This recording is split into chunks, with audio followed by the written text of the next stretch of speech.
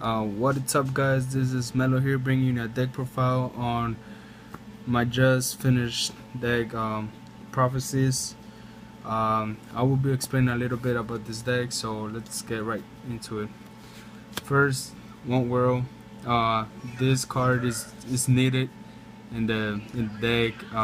If you run Temperance or whatever, you need Helm along with two Priestess.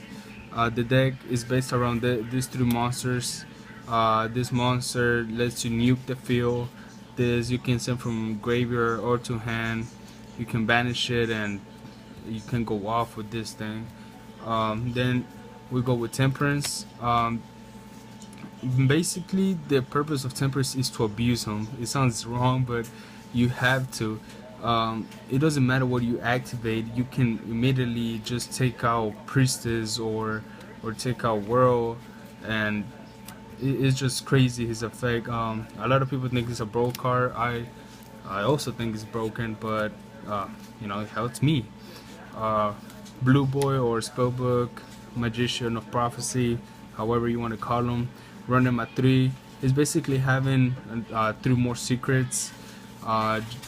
He can really work really good with secrets and targeting secrets and everything. So you run him at 3. Most of the time, sometimes you might run into 2 of them in your hand, but it's okay. Breaker, the magical warrior. His effect just lets you pop a card in the back or whatever. He's a spellcaster too, so he helps the deck. You can power him up to like 30. It's really good. Then we go with this. That's it for the monsters. Then we go with the spells, which this deck is basically about. 3 secrets, like I said, works really good. If you don't have a monster, you can just take out Magician and power him up with power and etc. 2 towers, because 3 is overdoing it. You only need 2, knowing as you can recycle them. Then you in this deck I run 2 fates. Same reason, you recycle, so it doesn't really matter.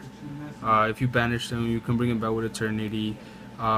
Something that I learned not so long ago is that if somebody activates a spell, you can activate this and you banish that card and it will negate the effect.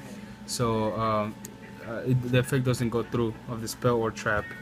2 spellbook library of the Crescent. I don't run them at 3. A lot of people do, but just because of the fact that you have masters, you don't want 2 of this in your hand. You don't. You rather have 1 of this in your hand and a master. But if you run them at 3, you could run into that problem, and you really don't want that. So I run them at 2. 2 Star Halls. A lot of people have questioned this. Why do I run this card? A lot of people consider it bad. It's actually really good. It powers up your monsters by 100 for every counter, and then you can just MST this. Well, I don't run MST in this deck, but you can just destroy this and get a monster equal or lower to the same level of the counters it had. 2 powers. Don't run them at 3 because master helps this a lot, and you can just activate this. So you just need 2. Then 2 eternities. You can target it with masters. Everything comes back to masters, to be honest, but you don't need this at 3 because it's just waste. And then here we go, the guy that we'll be talking about so much, Master. He targets basically any normal spellbook card. You just have to reveal one and have a spellcaster out. It can work really good when powering up monsters, like powering up Magician, Spellbook Magician, or Blue Boy. Powering up, put a power, then target it with this, and you just have a 25 right there.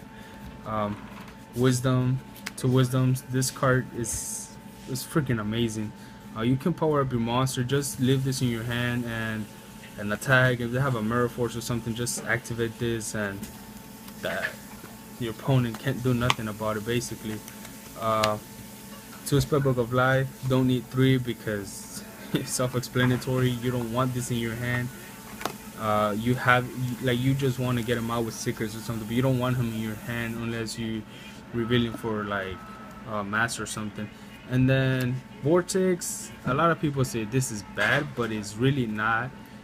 When Whirl is in your hand, if you draw Whirl, he's basically dead. If you don't have nothing to discard him, he's basically dead. So he's basically Vortex is the only reason why no World of Prophecy is the only reason why Vortex is in the deck. So it's really good.